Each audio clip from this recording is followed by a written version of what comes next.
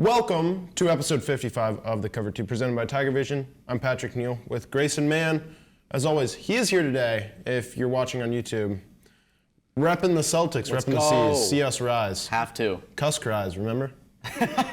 I guess. Yeah. What are you feeling about the Celtics here? Game one, they got it done. They had a little bit of an iffy third quarter, some bad habits, but they can take game two. I never really was worried for the series to begin with. It's a lot easier on the mind when your first round opponent isn't Kevin Durant and Kyrie Irving as opposed to the Atlanta Hawks. So feels pretty good. We want Philadelphia. I saw there was a report where players were able to vote on the most overrated players in the league, and Trae Young won in a landslide. People do not like him. That's what I've come to learn is a lot of the NBA insider people, they don't like Trae Young. Yeah, hysterical. There was talk that he might get traded too. So yeah. But we're going to talk about some football today.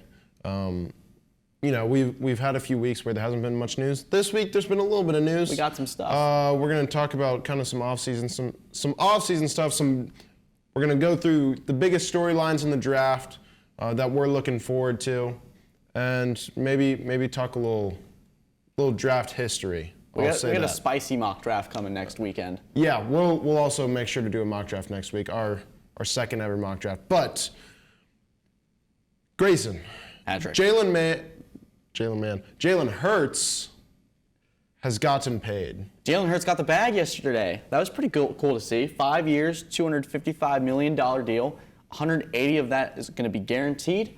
Managed or negotiated by Nicole Lynn of the Clutch Sports Group. And yeah, what's really cool is his entire management group is all women. Yeah. So that's I think awesome. It's historic. It's the first, it's the largest agent, or largest deal ever done by a female agent, I'm pretty sure. Yeah, agent, it's a very large deal. Yeah. So it's a great win for women in sports. Fantastic for him. You know who's not happy right now? Lamar Jackson. He's probably punching the air a little bit right now. He's not a fan of women? No, I'm talking about the numbers and that Hurts is getting the pay. Even though Jalen Hurts has been to a Super Bowl, Lamar is not. Although Lamar has won an MVP, yes, Jalen Hurts has not. Kind of balances out a little bit. Yeah, great work for Jalen Hurts. He had a fantastic season. Gets, I think, pretty fairly compensated. I would say so. The Philadelphia Eagles made such a unbelievable rise this year. Not really where I expected them to be. And I think also Jalen Hurts, we've been following his story. Alabama, Oklahoma fans will continue to debate throughout the end of human civilization of who take credit. Who gets him here? I don't really think I think both schools, I think the leadership thing comes from Alabama having to sit for that year. But he also led Oklahoma too. He comes to Oklahoma, and I think he developed as a quarterback because of Lincoln Riley. And so I think you have to take that in consideration. As I think that both schools can take some of the credit, but I think you got to choose one school. Who gets to claim Jalen Hurts? He's not where he is today without going to Oklahoma. See, I was actually going to say Alabama. Okay. Because when I think of Jalen Hurts, the first school I think of is Alabama. I almost forget he went to Oklahoma. I think people forget he almost won a national championship with Alabama. Yeah. And, remember when he had the dreadlocks? Yeah. He had to cut him off because they won a natty. That's right. I don't know. When I think of Jalen Hurts, I think of Alabama personally. It's tough. I think that both schools have an equal interesting story. I think the redemption part's in Oklahoma, and kind of what made him who he was a Heisman finalist? Yeah. At Alabama, get benched and you're able to lead Alabama back to the playoffs. They don't go to the playoffs without Jalen Hurts. Where Tua goes down in the SEC championship game. Yeah, exactly. They're down 28-14 to Georgia. Jalen Hurts has got a pretty storied career. He's got a great career. I love his story, and I love the way he plays. Easy to root for. But you mentioned Lamar. How does this affect Lamar's situation? Well, the guaranteed money is south of what he wants, so I don't think it's good. In terms of that, the Ravens might look at Jalen Hurts' deal and go, okay, maybe we can work with something like that. But I think Lamar's target is the Watson money, which is $50 million more guaranteed dollars than what Jalen Hurts is currently getting. So the Eagles, I don't know if they were able to just negotiate that and be like, hey, if you take less guaranteed money, we can keep a lot of the core guys around and go win another championship. This is kind of our window right now, but they've also secured him for the future. He's the highest paid quarterback in NFL history. Who would have thought? Well, I guess on a per year basis, right? Yeah. Is that how it's working? Because I mean, Mahomes got that $500 million deal too. Yeah. So. It's more spread out for Mahomes, though. I think the Eagles are big winners here, just because you lock down your quarterback, your franchise quarterback, compared to what everybody's talking about with Lamar, with the Deshaun Watson money. It's not awful. I mean, it clearly isn't fully guaranteed. They didn't have to go the fully guaranteed route, and they kind of get, while the whole QB market is kind of messy right now, they kind of get theirs out of the way. They get their business done. Yeah, and they have a top 10 draft pick in this NFL draft, so they're going to be able to snag up another quality player and see if they can get back to the Super Bowl, which, in a really weak NFC, you got one of the best quarterbacks in that conference. Who knows? Maybe they can find their way back. Yeah, and supposedly, I saw somewhere on Twitter that supposedly Lamar got offered $200 million guaranteed. He turned it down. Yeah, so if that's the case, he is really, really making sure he gets as much money as possible. And I just don't know at this point if it's going to come or not. It's a risky gamble to bet on. I mean, we don't really know what's going on inside the building, but if that check is slid over to you for $200 million, no matter guaranteed. What happens from that day on, that's hard to turn down. That is unbelievably tough to turn down. I mean, when you're a multimillionaire like that, how much of a difference is 50? Well, I guess it is. $30 million is a big. Yeah. But I mean, at the same time, I don't know. I think I would like to have $200 million. Yeah, guaranteed. No matter. Basically, it ensures if he stinks at his job, that he's still going to get paid that much money. He's owed that in the contract. It's kind of felt like similar to Aaron Rodgers, honestly. The longer this saga has kind of gone on, it feels like the less likely it's going to happen in Rodgers' case that he's going to get traded to the Jets, which that's kind of just disappeared at this point as news. Yeah. I don't know. I feel less confident about him going to the Jets now than I did at the beginning. But also with Lamar, I feel a lot less confident that he's going to get that money. I think that the value drops day by day. The more he waits on that. It's like crypto. Yeah. The value depreciates. It's like a car. If it keeps sitting out in the lot, it's not going to be used. The value continues to depreciate over time. And Lamar, who we've seen as a player in the injury status, it's been a little difficult for him for the past couple of years. If you got a car that's really nice, but every now and then turn signal's not working, the engine may be a little faulty. Let's get some analogies here today. Yeah, but it's going to be interesting. And I think when we're going to talk about draft storylines, I think Rodgers, if it doesn't happen then, when does it happen? Yeah. Well, we'll talk about that though. Some other good news. A lot of good news today. Oh yeah. Damar Hamlin cleared to return to football activities. That's a round of applause for me. Yeah. Round of applause. Awesome for him. Fantastic. Awesome for the Bills organization. Awesome for his family. Yeah, and I think what he's doing too is he's like, hey, my story doesn't end with me collapsing on the Bengals field. It ends with me going back and playing football for the Bills. Even as a rival fan, I love that. Give me a Damar Hamlin jersey. Let me put up a 3. Yeah. For that guy. Good for him. Good for him. I'm excited to see what his future holds. So, other news. Yes. Budda Baker. Budda Baker. He has asked for a trade. You know the moment that Jonathan Gannon, shoo, shoo, shoo, explosiveness. Budda wanted out of there. He was like, I don't know. Budda wanted out of there. Yeah, I mean, if you watched Hard Knocks, Budda looked like the heart and soul of that team. Yeah. So, Cardinals are just dumpster fire right now. They are getting new uniforms, so. And they had an Instagram post that I saw last night, and it was a video, and it said secured, and all the comments were, well, we know who isn't secured. Yeah. It's Budda Baker. Yeah, it's the Flex Seal putting the Band-Aid on the massive gaping hole. Well, actually, I guess it wouldn't be Flex Seal because Flex Seal works, but you're putting a Band-Aid on a bullet hole, to quote I sawed this franchise in half. Morgan Wallen. But there we go. Yeah, Budda Baker is probably out of Arizona. They just gotta. I don't even know what you do if you're Arizona at this point. I think they just need to restart at this point. Like get rid of Kyler too? That one's going to be more interesting because he's got the ACL injury at the moment, so they could potentially.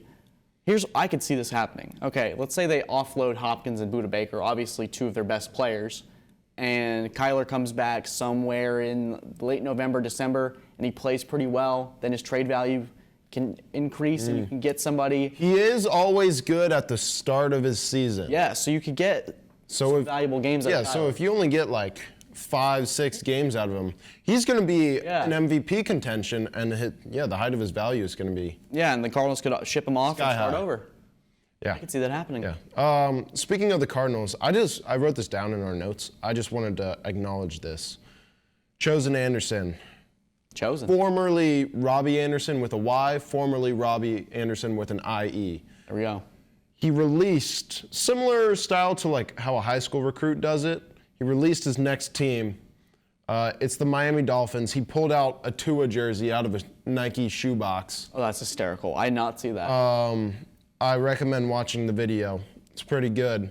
So, Chosen Anderson, look out for him. He's in Miami. Could be. You know, if there is a city that an NFL player I think should live in least, it's probably Chosen Anderson in Miami. But we'll see what happens. Maybe he revitalizes his career a little. As a number 3 option to Jalen Waddle, Tyreek Hill, he's going to be open. Don't forget Cedric Wilson. Oh, don't sleep disrespect. on Cedric Wilson. My fault. Hand in the air. Or Trent Sherfield. Oh, is he still in Miami? Number 14. Yeah. If he's still in Miami. Anyways, other news. Allen Robinson got traded to Pittsburgh today. Another washed receiver. Yeah, another one of those receivers where 5 years ago, if this had been announced, people would have been freaking out, losing their minds. Roethlisberger on the tail end of his career, getting Allen Robinson. Now it's Kenny Pickett getting Allen Robinson, who could be, we're speaking of number 3 options here, on a roster with George Pickens, Deontay Johnson, and now Allen Robinson. That's not a bad little core to work with. Yeah, I'm not a big fan of Allen Robinson just because I drafted him in fantasy last year thinking he was going to rebound, and that did not happen. So, Allen Robinson, he's also in Pittsburgh now, so hopefully he just stays washed, honestly. I mean, he's earning $10 million. He's earning $15 million this year, guaranteed. He's still got to get paid $10 million. That's a lot of money for a player of his caliber at this point in his career. You should just stay on the sideline, sir, because, I'm not a big fan of him after what happened in fantasy. But, you know, it is what it is. It is what it is. All right. Do we want to transition to the draft storyline? I think we do. Which one do you want to start with? I mean, I just put down some ideas on our notes here. Yeah. I don't know if you have anything different, but I mean, the biggest storyline is who is QB1. It looks like it's Bryce Young at this point. The betting odds have, if you pay attention to that stuff, have significantly leaned into Bryce Young being QB1. I think he's minus 1,000 right now. Oh, wow. So, do you want to hear a tweet from one of the NFL draft insiders about how the NFL draft will play out? Yeah, sure. So my brother so I'm having lunch with my brother today, and he was like, you want to hear this tweet? I think that the NFL draft could get crazy. This is from Bucky Brooks. Pretty reliable source. It says, beauty is in the eye of the beholder. Based on some of the mind-blowing conversations that I'm having about the 2023 class, this draft is going to be absolutely bananas. By the way, if you've made a mock draft in the last couple days, you might want to toss it. Hashtag NFL draft. And this guy's pretty reliable within the community. Yeah, interesting. Bucky Brooks. But he didn't give any information. No, but he did state that it's going to be bananas. I'm going to go tweet something similar now, and I'll be right. Or, honestly, I could fade him and just be like, this is going to be the most boring draft ever. I'll tweet that out, and then when it happens... Yeah, you're going to be... I'll look like a genius. Yeah, there you go. Yeah. Per my sources, this draft is going to be super boring. Per my sources, the NFL draft is going to happen. Per my sources, everything that normally happens in an NFL draft is going to happen again. Dude, that's crazy. Yeah. What normally happens in an NFL draft? Or there's going to be a Patriots trade. trade back. That's happen. I see what you listed down. Who was the random player that the Patriots would take? Yeah, the Patriots are going to trade down and draft. I got a couple random for you. person. Oh, okay. I got a couple for you. So I did some digging. Oh. And I have some prospects that participated in the Senior Bowl. Lay them on me. Okay, so we have another guard from Chattanooga, McClendon Curtis. Wow. I mean, that's a name. That's a name. And plus another guard from... Yeah. Can you have too many Chattanooga guards? I don't think you can. According to Belichick, no. And then we have linebacker. Patriots don't necessarily need a linebacker, but Jackson State, Dion and respect and greatness, they know each other. Yeah. Aubrey Miller junior linebacker. He transferred from Missouri, and he's been a second-level playmaker at Jackson State, registering 226 total tackles, 23.5 tackles for loss, 8.5 sacks, 9 pass deflections, and 6 forced fumbles. Or, finally, Belichick will like this one, Andre Isovas, wide receiver, Princeton, known as the Flying Hawaiian. It's Andre, I think it's Yosevas. Is it Yosevas? That probably makes more sense. I've heard of him. He's got to be smart if he goes to Princeton. Princeton. Already lives in the north. You know about Belichick. Wouldn't have to travel far. Yeah. That could be the move. I mean, I had that as one of the storylines down. We have Lenore Ryan, we have Chattanooga. What's next for Belichick? What are the receivers going to do? But, yeah, so QB1, I think it's likely Bryce Young. Another interesting storyline is what happens at 2 and 3, because it's looking like the Texans aren't necessarily going to take a quarterback anymore. Yeah, so they had a press conference with Nick Caserio, who's kind of the GM scouting operations guy for the Texans, and he said that they've been listening to some trades. And so maybe they're not as sold on the QB class as one may believe, or if maybe if their guy gets picked number 1, they're just like, okay, we got an offer on the table ready to go, or we'll take Will Anderson, or one of the tackles from, I think it's the tackle from Ohio State. That's Paris Johnson Jr.? No, there's another one. DeJuan Jones? No, it's like a Tyree Miller or something like that. Those are the only 2 tackles from Ohio State, I think. I'm gonna look it up. But anyways, the Texans may not be so sold on Mr. Yeah. So look out for that. What are the Cardinals going to do at 3? I think that they're the most likely team of those 3 to trade down in the draft because they don't necessarily need a quarterback, and they could probably get some value, a team that's not looking to do much this year. Kyler Murray's going to be out, like we said. They're going to be starting Colt McCoy at quarterback. DeAndre Hopkins and Budda Baker potentially getting traded. They could be the next Oklahoma City Thunder or Boston Celtics and just stock up on draft picks and try to see if they can make this work in a couple of years down the road with the Gannon era underway. Do you think that's what happens? They might surprise us and draft a quarterback. Could you see that happen? I don't think they'll draft a quarterback, but I could see them just taking whoever's best non-quarterback or best position of need at 3. Just going for it because they need anything they can get at this point. Yeah, they got to fix that defense. I mean, their offensive line needs some help. They got a lot of issues, as we previously mentioned. But yeah, I think those 2 spots are probably the 2 most intriguing spots in this draft. I mean, it's the number 2 and number 3 overall pick. I feel like number 1 is starting to get locked down and starting to get kind of released what the Panthers are going to do, but you never know. Could be another surprise. Does Richardson get picked number 1 to the Panthers? Because we know Frank Reich is apparently obsessed with him.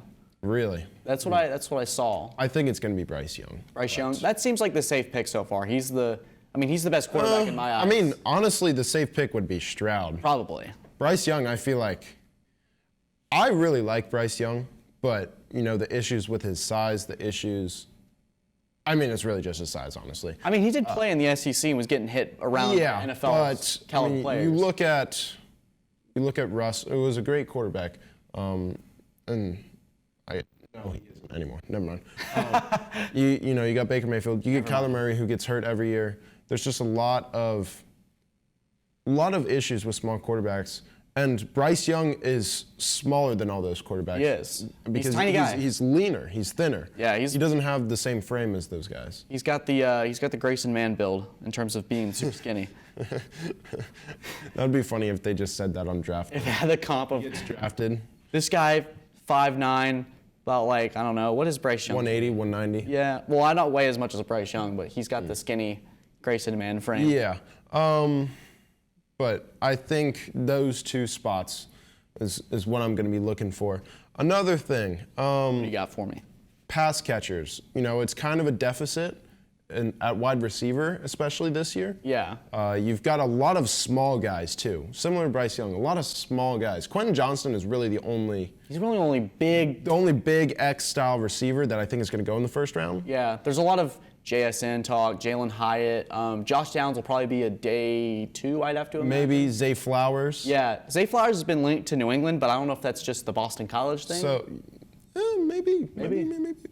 But yeah, a lot of small receivers. So how many are going to go I'd say this draft? 3. I think Njigba is probably a lock to go in the first round. I think so as well. Just a pure, really special talent. I wouldn't be surprised if Johnson landed in somewhere like, I don't know if it's going to be as likely anymore because of Allen Robinson being there, but I could see a Green Bay or a Pittsburgh late in the rounds. Maybe a Kansas City tries to take him.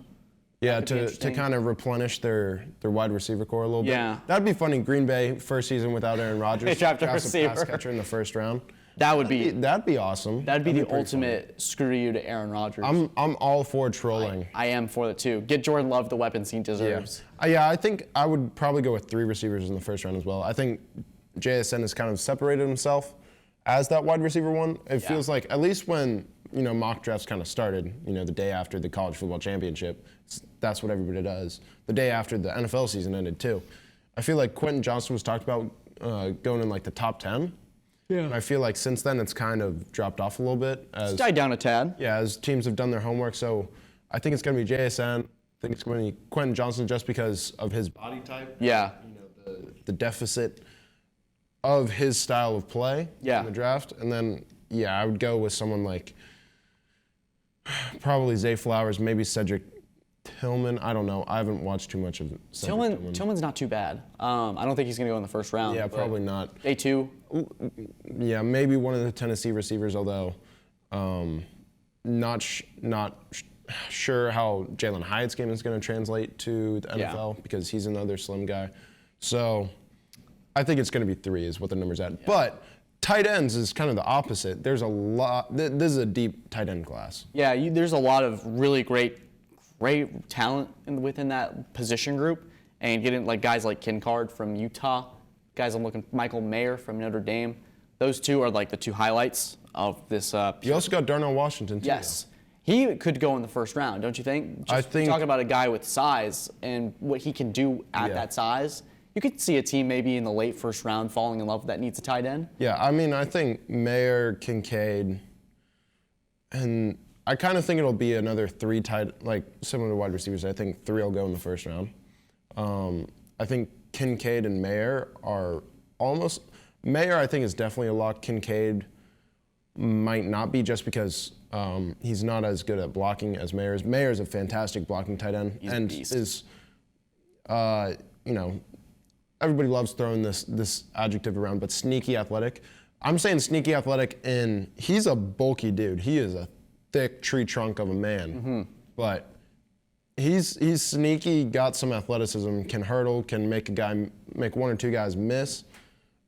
He's had two back-to-back Rose Bowl games where he's been pretty impactful, and that's when the entire country's watching, because not many people, at least from where we're at in the South, are staying up that late unless you're a football just absolute diehard to watch Utah at 10:30, 11 o'clock at night because of the time difference. But if you get a chance to watch Dalton Kincaid play.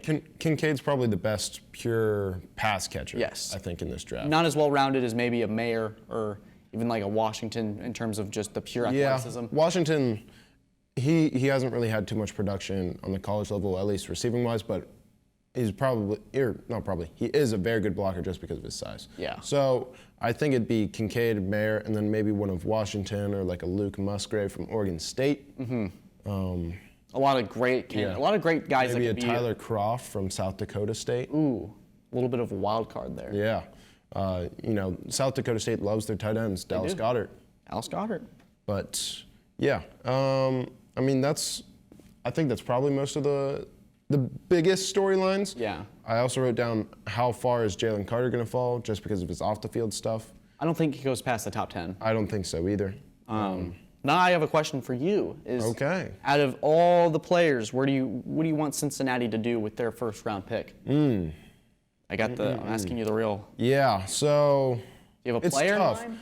Personally, I would love if we could somehow get Darnell Wright. However, it seems like he's been moving up draft boards, and I feel like he is not going to be available at 28 anymore. That's the Tennessee right tackle. Yes. He had a fantastic game against Will Anderson. He also is a avid Twitter DM shutdown machine. That was a Bengals guy he was talking to when he said that. He said, the Bengals guy tweeted basically, he plays exclusively right tackle. Darnell Wright shut that down. although he would play right tackle for the Bengals if he was drafted there.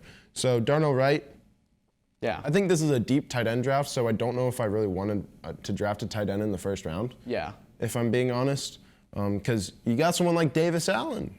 Yeah, You can probably get later. late, maybe day 3. He's probably a third rounder if I were to guess, but Third rounder at best, yeah. I would. I'm trying to think. I mean, maybe another corner. Eli Apple is currently not on the team. I don't know if he's going to end up getting re-signed or not, but Chidobe Awuzie is coming back from ACL surgery. Maybe you could go. I don't know. I think you'd want to go one of those. Maybe an interior defensive lineman. I think there's a lot of options that you can go with. Yeah, I think personally, honestly, another good one.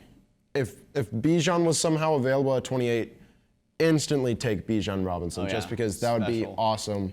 Jameer Gibbs, another one potentially, but I think if Darnell Wright isn't there, I kind of want to trade back, because this isn't the strongest of drafts. Trade back, maybe get an extra first round next year or something. Yeah, and you could maybe get like a second round pick and pick early in that second round and get Yeah. somebody in that value too. So I also don't know who is trading up for who in that situation. Yeah, I think that Cincy has a little bit of freedom to work with here because they have the ability to hang around and wait and see what people are doing, what teams are picking, and if their guy isn't there, and like you said, they're not entirely in love with that rest of that for those first rounds, and they could potentially move back 3 to 4 spots because they're picking 28, 29, maybe move to 36, 35.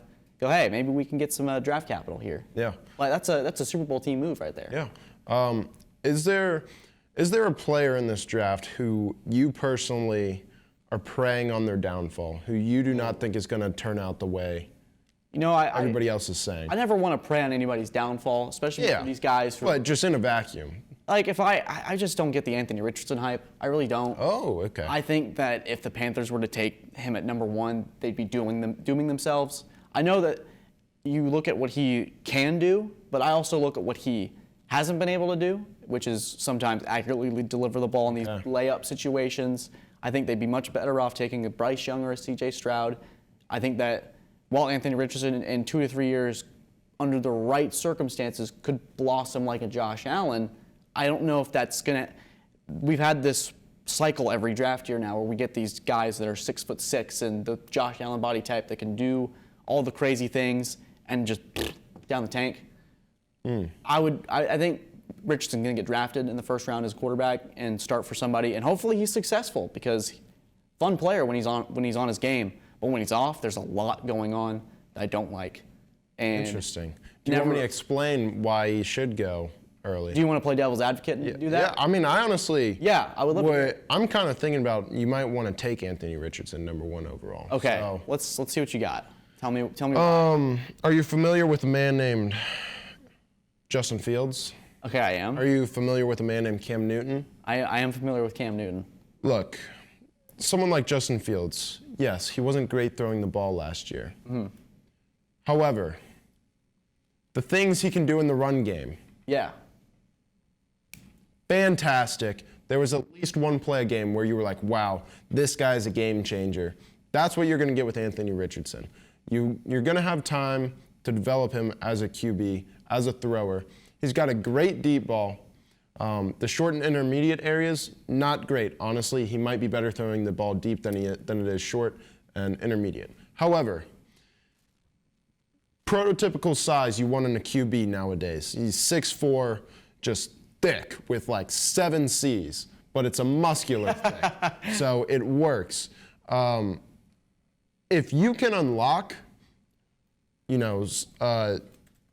his accuracy to become even like a middle of the pack in the NFL as a starting QB, you've got a top 10 quarterback, I think, because of what he can do in the run game, because of his physical attributes. Every QB in this class has questions. Bryce Young is size. C.J. Stroud, what can he do in the run game? What can he do outside the pocket? I think he's actually got some decent outside the pocket stuff, especially in that game against Georgia. Will Levis, his 2022 tape was not great. Anthony Richardson, I think in this draft class, I'd be willing to take a flyer on him. You'd be willing Draft to? him 1 overall.